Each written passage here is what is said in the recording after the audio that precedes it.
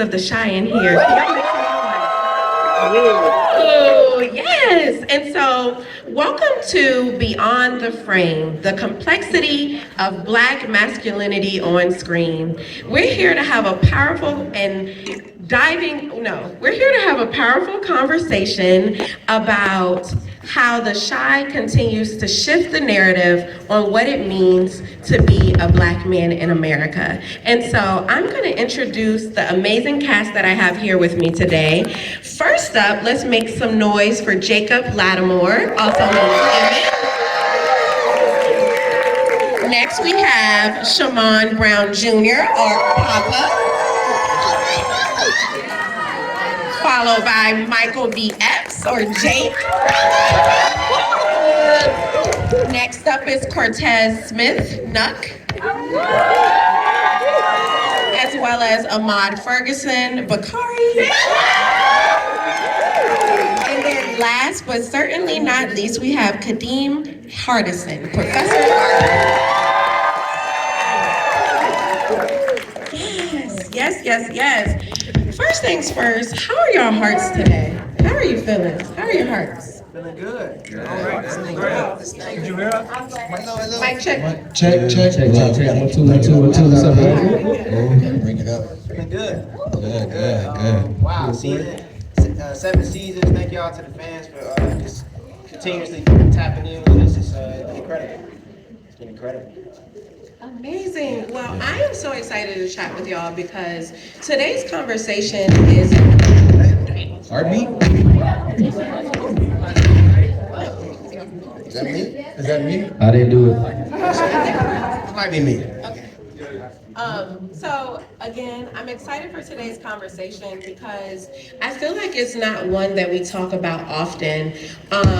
Because The Shy is now in its 7th season. Let's make some noise.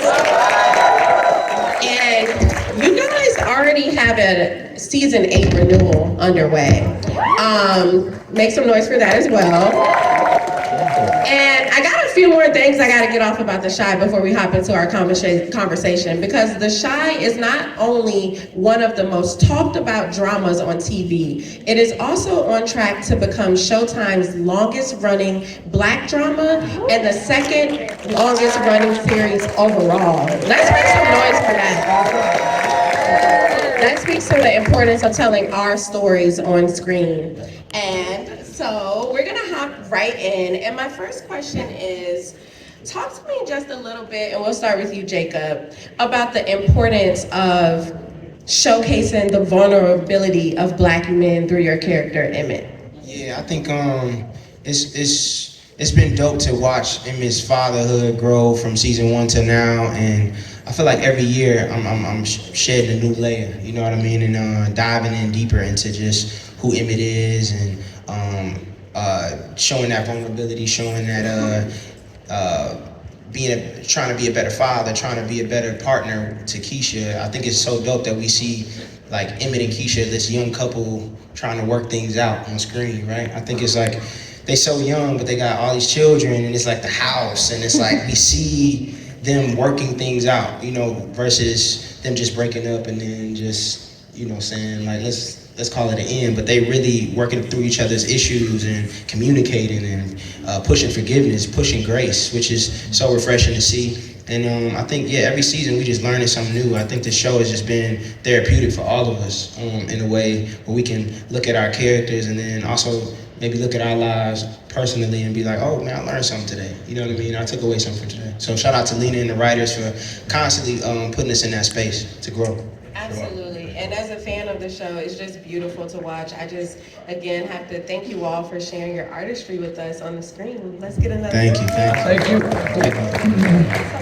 with you, Shamon, each of your characters is going through different journeys of being a Black man. Talk to me about what it's been like to bring Papa to life.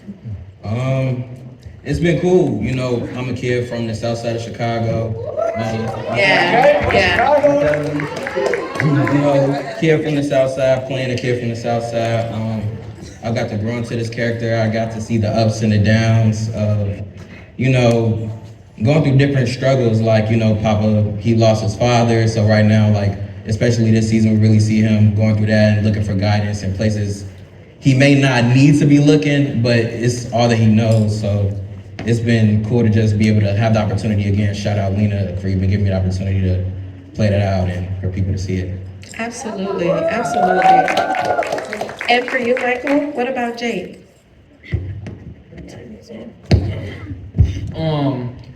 I ain't gonna lie, I actually enjoy playing Jake. For me personally, I'm also from Chicago. I'm from the west side of Chicago. And you know, coming where I come from, there's a lot of Jakes. You feel me? And I'm happy I got to play him because, like you said, the vulnerability thing. Jake is a character who's always trying to put on that tough side. You feel me? He's always trying to have these emotions for real. And one of my favorite scenes was this. Seasons was when him and Gemma got pregnant and they lost the baby. Yeah. And during that season, he no longer could hold that acting. Within that season, he no longer could hold the acting, and a lot of those emotions ended up coming out, and he was real vulnerable during that. And that was one of my favorite scenes showing because you feel me, growing up in those type of environments, you're actually like, it's drilled in your head to never cry as a boy. You feel me, keep it in, man up, and you feel me, but that's not healthy. Yeah. So I'm happy I was able to show that out on TV. I love that. Let's make some noise for that. And you know, this month is actually Men's Mental Health Month. For sure. And I feel like this show does a beautiful job about showcasing the layers of mental health for Black men. And again, y'all all do a beautiful job of just putting that on our screens. I want to continue the question with you, Cortez, and portraying Nuck. Like, what has that journey been like? Man, it's been an emotional roller coaster because Nuck is so complex. I call him an onion because he got so many layers to this guy. Because when you first got introduced to him, he was just like a man of few words, and he was just like straight on business. But now you see a different side of him by bringing in Lil Ronnie, and now he got the streets, he got Lil Ronnie, and then he got Bakari that he has to look over. But at the end of the day, he just wants peace. But it's just so much going on in his life that he got to keep this mask on to show to the world that he's this tough guy, but in the inside, he's broken, he's shallow. And he had one moment in this new episode where he came to Tiff and he told her, like, Mother's Day is really rough for him. And she said, why? And he was like, because my mother was killed by my father. Mm-hmm. That could have shifted his life. Yeah. Into putting him in the streets and forcing him to be this man that he didn't want to be. And that's why he came to Emmett and was just like, how do I become a better person? And then Emmett was like, just tell him the truth, but I can't tell him all the truth because he might look at me as a monster. Yeah. So it's just so complex, and I have to go through so many traumatic experiences through my life to connect with this guy to understand the words of what he's saying. Yeah, that's good.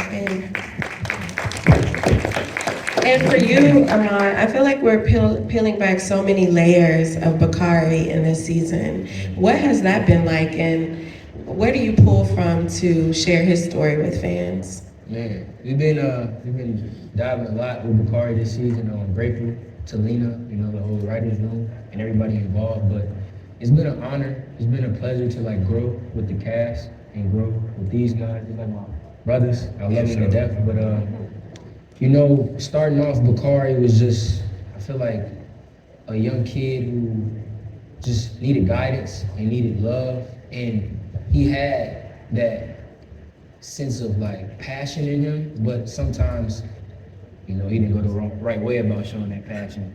You know what I'm saying? But one thing I think that the show highlights so perfectly is just those male role models in Bakari's life.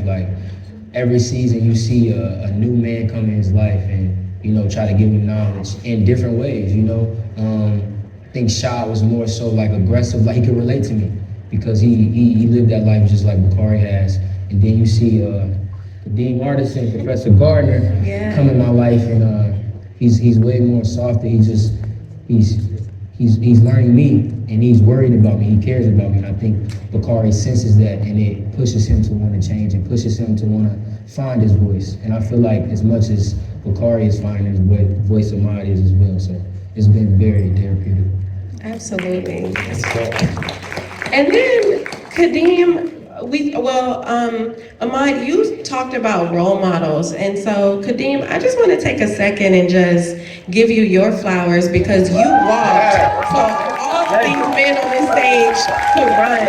Like this is a legend, And talk to me about just being in this role of Professor Gardner and bringing him to life versus the characters that you've played over the years. I'm a big fan. We on? Can you hear my check? Listen, look at, see? Look. Always looking out for each other.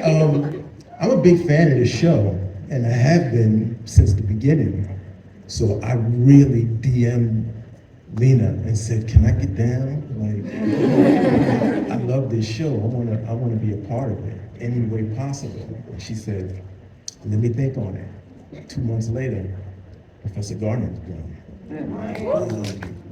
So if you ever really want something, just DM somebody. Come on, that's a word. I be sliding in some DMs. Don't be afraid to shoot your shot at any time, because it could turn out, just how you need it to. Being a mentor is something I always kind of wanted to do, even when we were doing A Different World. I always wanted to be the guy to mentor the kids, and now to get to live it out with my man Ahmad is extra special to me because we don't see that enough in television or in our films, where the elders kind of reach back and the youth has the wherewithal to listen and to take it. Sometimes it's combative, and then every now and then you get a mesh that's just right, where I'm saying the stuff that he needs to hear and he wants to hear, and he takes advantage of it. Yeah. So yes, it's been a great ride for me. Yeah, that's so great. And also, I feel like another thing that is so important is just that mentorship, especially for not just Black men, but Black people in general. It's so important to be able to impact somebody else's life. Like, I'm sure all of you can speak to, or the name of the person who is the reason you're on this stage today.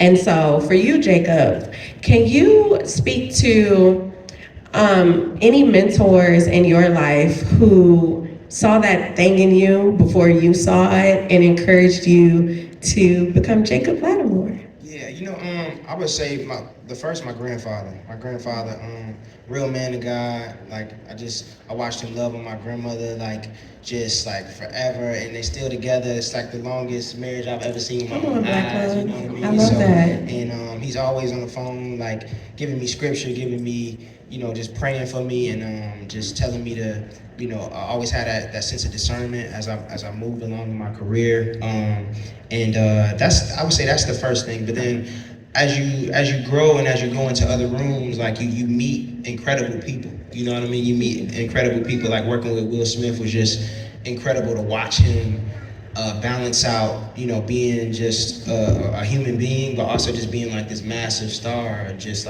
we were filming in New York, and he had people at the corners of each street just going crazy, but he's memorizing his lines, talking to me, and he's so tapped in. And it was just you really have to stay rooted and grounded, because the things that you ask for, a successful career, comes with fame, comes with heavy opinions, and you have to keep your mind and your spirit in the right place. You know what I mean? So I think I've always seek that with other successful people, and just got down to just what keeps them spiritually grounded. And I think that's I'm always praying, always in my word. I try to stay in that as much as possible. And I've always been the youngest in the room too. With most of my friends, most of my homies are older than me, and I'm always just soaking in that game. Yeah, and speaking of, let's give a hand clap for you just being a word. Because I feel like that's a word in itself. There's something that's so powerful about starting your day with God. Yeah. And having a real conversation. Because when you don't, it's this why. Yeah, you'll be like, dang, I'm having a bad day. I ain't talked to God yet. Yeah. So. Yeah, absolutely. Yeah, and speaking of just being the youngest in the room, Shamon and Michael, I feel like I've literally watched y'all grow up. Like, literally, from the first season to now. So, talk to me about what has it been like to grow up on screen? How much of your characters affect just the way you're maturing as men yourselves? Well, first, just growing up on screen itself it's been an amazing experience. Like I say it all the time, it's like our childhood has been documented. You feel me? It's like it was a core of memories. We can 10 years from now, we 28, 25, we can go back and watch it. You know,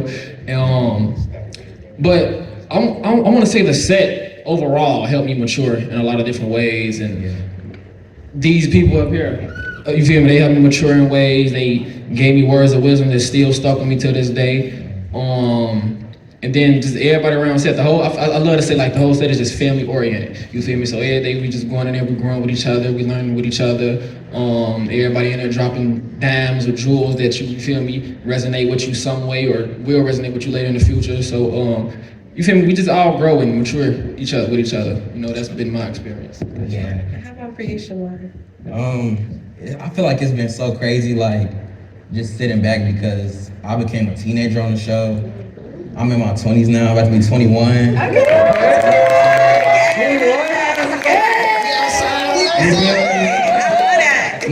It's so crazy just to be like my whole teenage experiences on the show, and like I got to do it with like other kids my age, which is also where like some shows it's like one kid of the show and everybody else adults. You know, it's like to do it with people like Mikey and Ahmad, and shout out Alex Hibbert, who played Kevin. It was just like, it was an interesting experience. Like I really got like I don't have any siblings, so it's like to film with like a Mikey and Ahmad, just like we really used to get in the fights. We used to get into it. You know, we used to go to the arcades, we used to hang out and like shout out our moms right here in the front.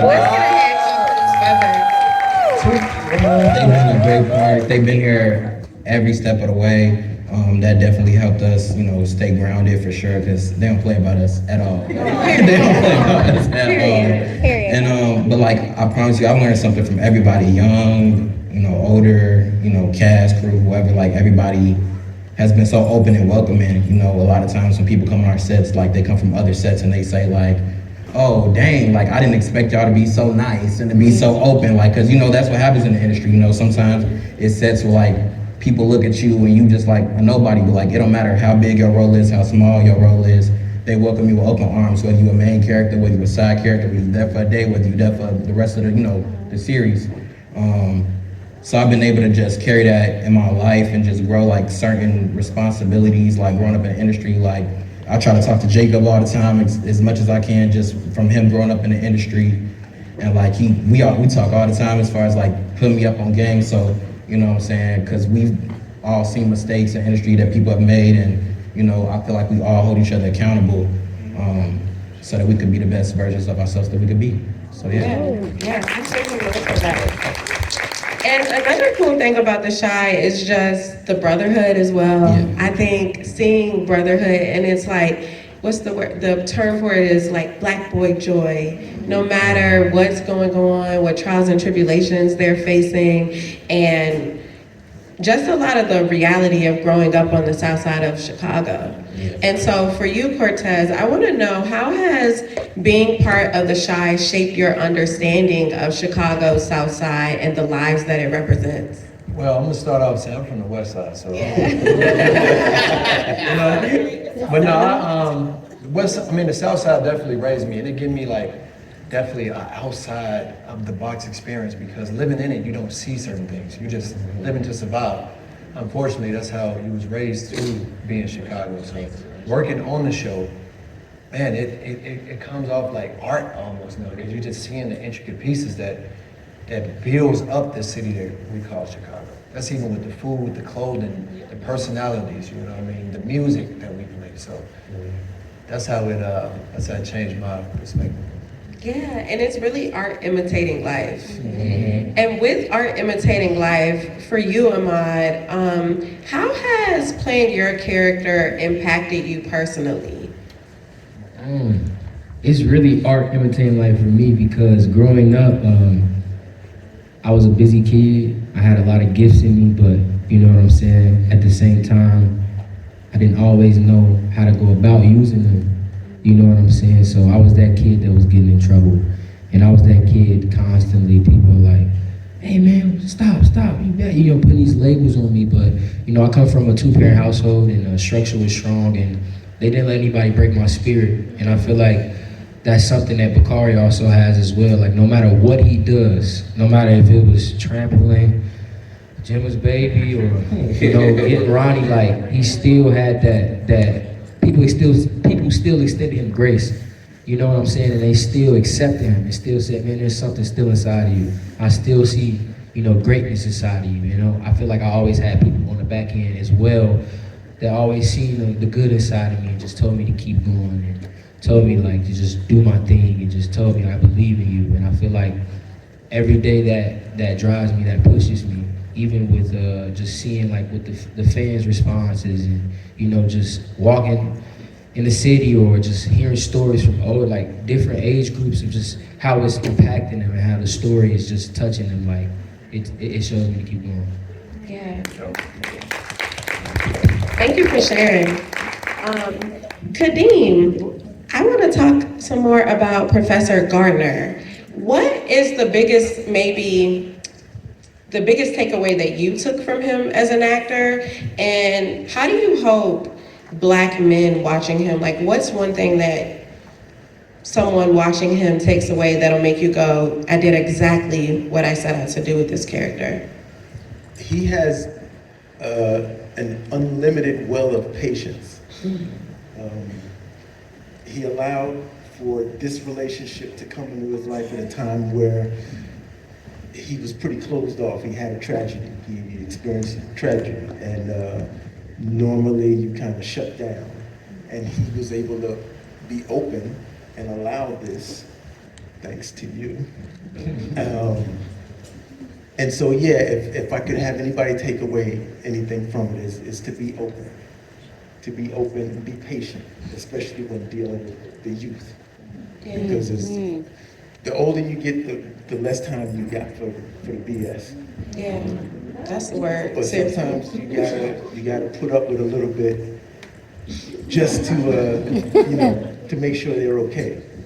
You know, and sometimes it'll help you in reverse. You know, it'll feed you in the same way that you're trying to give.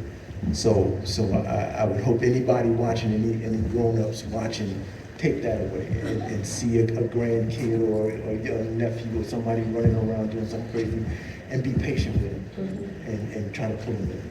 Yeah, and I feel like brotherhood is, I mean, or any relationship takes a lot of patience in dealing with other people, being communicative, all the things. So I want to circle back on the brotherhood that we're seeing on screen. I feel like it feels so real because I don't know, I don't want to speak for y'all, but it seems like that's what's going on behind the scene as well. So starting with you, Jacob, talk to me just about, as being a leader on this show, what ways have you really taken the extra step to make sure that y'all are brothers both on the screen and off the screen?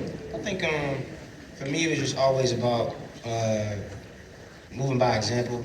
You know, you can give advice, but if you can just actually move in a certain way where I always tell myself, I'm like, I'm gonna bring good energy to work. You know what I mean? I think that's so important because we filming 6 months out the year, everybody's coming from their families, away from their families, you know, and every day could just be, you know, it could be tiring. You know what I mean? Like you're working your 9 to 5, it's like, I gotta go to work today. You know what I mean? But we gotta realize this is a luxury, this is a blessing, this is the things we pray for. Yeah. You know what I mean? And sometimes you can get caught up into complaining, like, man, I ain't where I want to be, but it's like you not where you was either. You know what I mean? So it's incredible to just keep that perspective. And I think God has His hand on our show, but I feel like our camaraderie, our unity, has been keeping the show going for some time. And I think we go to concerts, we get a suite, you know, we like, hey bro, I'm about to go to the CP concert tonight, y'all pull it up. You know what I mean? And we try to make sure we keep that camaraderie because it does show on screen, you know, and I want to see them win. My first film when I was 11 years old, you know, so like I've seen the industry in a lot of ways, and it took me a while to have my voice to be like, hey man, you know, you should move this way. Hey, like, hey, make sure, hey, get home tonight. You know what I mean? Like, hey, I know you out. I know this your city. Yeah. I know this your city. You in them streets. But hey, Yeah. it's time to get to the crib. Let's run these lines. Like, let's link up. You know what I mean? So it's and I'm learning too every day. So I think it's just important to lead by example, and you know, and I think that's the key. Mm. Yeah. That's good. And Shamon, I'll start with you and we'll keep down, but how has the brotherhood on the show impacted you in your real life? It's been dope. Like I said earlier, it's like getting siblings like I never knew, you know, I needed. It's like Jacob was saying, like we hang out all the time outside the set, we talk on set. A lot of us have met each other's families, like grandparents and uncles and aunties and everybody, so it's kind of like, once you've been doing that and you do it consistently for so long, it's kind of like the relationship that we build, it just can't get broke. You know what I'm saying? Especially for a show that's been running as long as we have. You know what I'm saying? It's kind of hard to break us apart. Like even when we're not filming, like we check on each other, we call each other, we tap in with each other. And I think that's so important, and it shows on screen really well. You know, so it's just like, even with new characters, like we do the same thing, like all the new characters that we got this season, we do the same thing with them. We go out to eat, you know, whether, you know, they talking in the hotel lobbies or anything like that. It's just like we get to experience, you know, this whole, you know, ride together, and we get to build a connection. And, you know, I hope that even our connection behind the scenes impact the people that watch it on the screen. Yeah, I'm sure it does. How about for you, Michael? It's been the same, but but for me, I feel like the most important thing is like that off-screen chemistry. Like, yeah, you can run lines and you feel me, do your job, but people who like watching TV and who's been in like certain similar situations, they can feel that the vibe is off. So if it's not there off screen, I really don't feel like it's gonna show on screen. So I really feel like that's something that we really make sure we do. Like they said, kicking it off set, chopping it up off set. Even before we scenes, we probably go chilling. So I probably go chill in his trailer. We probably chilling in my trailer. We all come to my trailer. We run the lines for probably like 30 minutes to an hour before we even on set. Or we call each other before. You feel me? So it's more than just showing up and doing the job and saying lines. It's like it all, even the things off set. When you're not working, you're working. You feel me? So we really built the brotherhood within all that. And if you ask me, I really feel like we did it without, like, unintentionally. You feel me? It wasn't even intentional. We was just working, and now you know we years in. You feel me? So it was real authentic. Yeah, and the Shy peels back those layers of toxic masculinity, and we really get to get a peek inside the why between, behind some of the behaviors through these characters. So for you, Cortez, what would you say Nuck has taught you the most about just portraying Black masculinity on screen? Well, he taught me a lot of the way that he moved is real. I would say a lot of confidence, but I would say it's fear as well, because it's like, is he putting on something?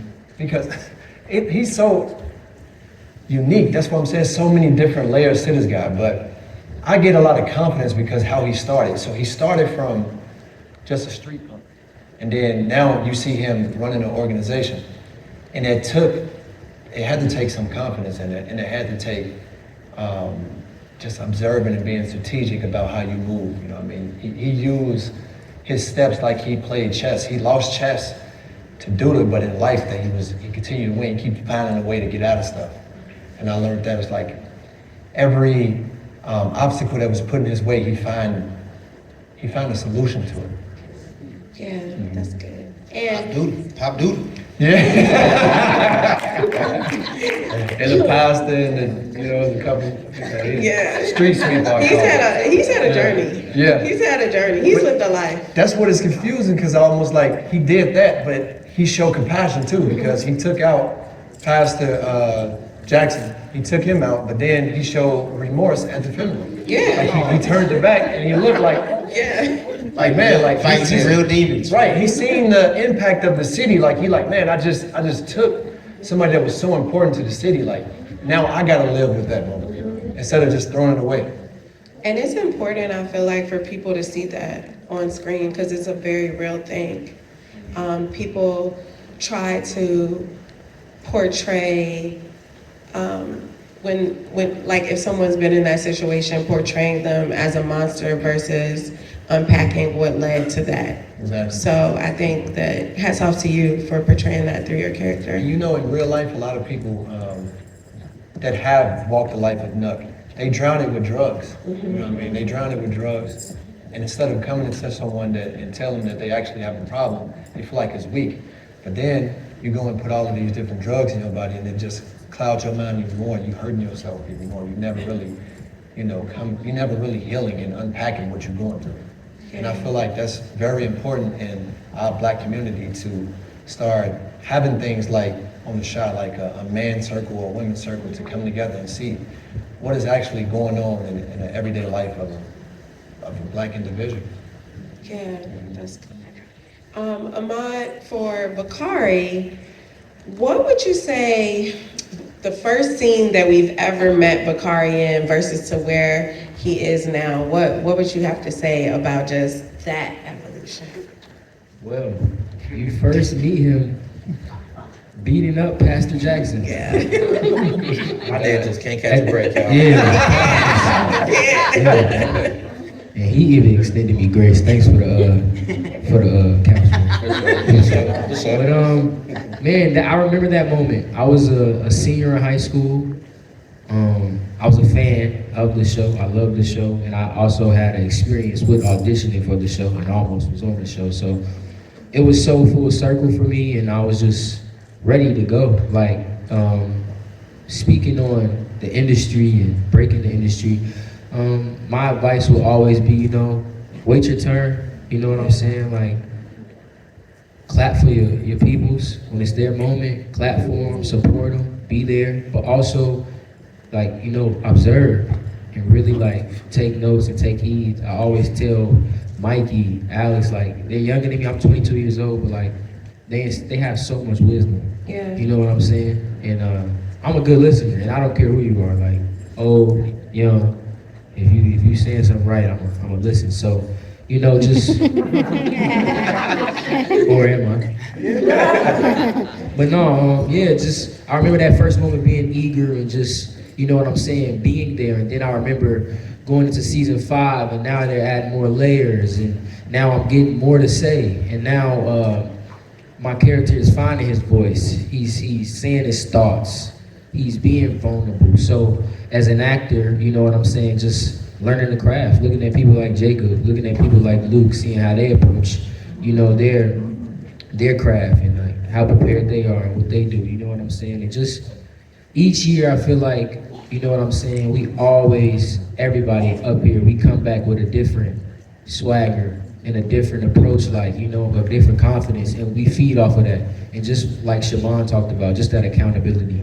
Like, I feel like I can't let them down, in a way. So I feel like that drives me. But yeah, man, Bakari's evolvement has been a journey. I'm grateful each year. I'm learning each year. I'm evolving, and yeah, I just want to keep going. So I'm grateful. Amazing. Kadeem, I wanted to ask you, what has been, not just for this show, but I know that all of you all probably have people who have walked up to you, sent you messages, and talked about how their characters have impacted them in real life. So for you, Kadeem, what's been the most rewarding thing that you've ever heard from maybe a fan that just stopped you in your tracks? Yeah, I hear at least every time I go outside. Yeah, rightfully so. That somebody went to college because of the character I played on A Different World. Yeah, that's good. Saw that in real time. Yeah. I saw that in real time. That was good. That's good. Yeah, I hear from grandmothers that their babies want to be engineers because of this guy I played, or they're inspired to do really well in math. They like math because my guy liked math. Lena Waithe told me that I taught her how to dress. Yeah. What? Yeah. So you gotta put me on this show then. Exactly. Yeah, the sneaker game, like, I was just having a good time and trying to do my best. I always tell any young actor, any young performer, always do your best. You never know who's watching. Always do your best. Never phone it in. Always attack and be fearless. Because you never know who's watching that'll take that spark and then be inspired to be the next them or to rise up. So yeah, I hear a lot of great things from the stuff I've done in the past. People saying that I'm gonna get you sucker was the funniest thing they'd ever seen, or one that I'm not so crazy about, but the 6-man people cry. You're not crazy about that? That's my favorite. Don't hurt my I will not say nothing. Yeah, but people. You do it long enough, and it'll start to feed you back. Yeah. And if you go outside, it'll definitely come at you in ways that you don't expect. That's real. That's real. And before we head out of here, very quickly, starting with you, Jacob, and going down the line, can you just tell me what's been the most rewarding part of bringing your character to life? I think the most rewarding is just being in our fans' household. Like, I think when we're going through the airport or going through the mall, wherever we're going, it's just like they feel like family. Like, they're like, hey man, bro, you gotta go tripping this week. And I'm like, wow. Got my headphones on, excuse me. You know what I mean? But it's so dope to just feel like we growing with our fans. And I think it's peaceful. It's like, man, like, our careers and our industry is so up and down, and we just so grateful that our show has just been going on for so long, and our characters are progressing, and people feel like they can relate, and they can just grow with us. I feel like TV is that space of just like, they feel like they know us. Yeah. You know what I mean? And even when you're tired, you don't feel like taking a picture. You just like, man, come on, man. You know what I mean? Like, this is everything I dreamed of. You know what I mean? And it's been an incredible run, and I'm just every year I'm just super grateful. Like, yeah. I think I can speak for everybody when I say that. Yeah. Yes, for sure. Yeah.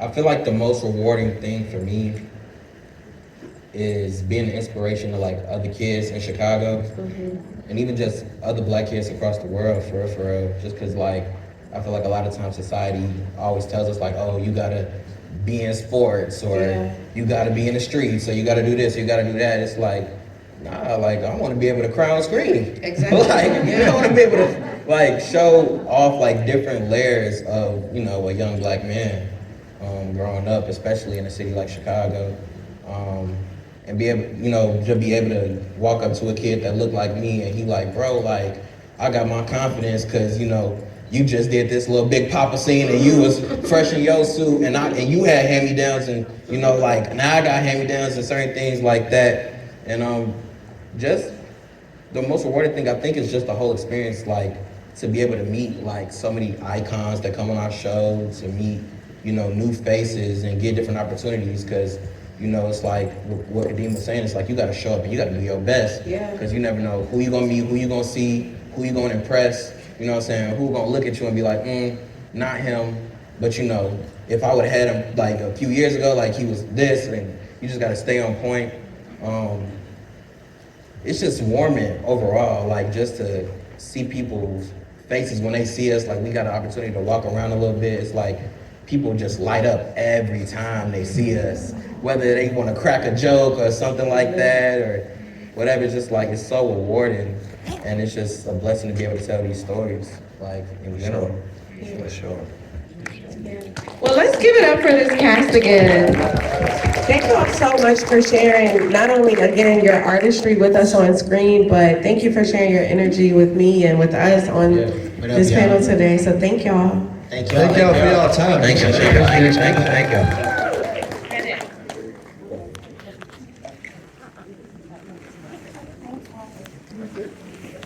Some Joe Prince.